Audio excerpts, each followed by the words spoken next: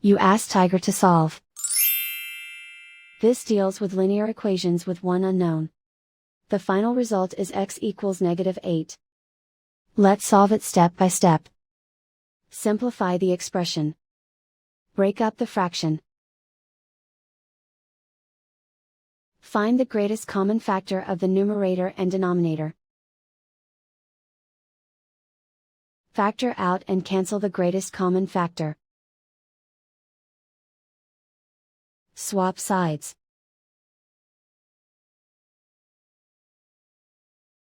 Group all constants on the right side of the equation. Subtract 1 from both sides. Group like terms. Simplify the arithmetic.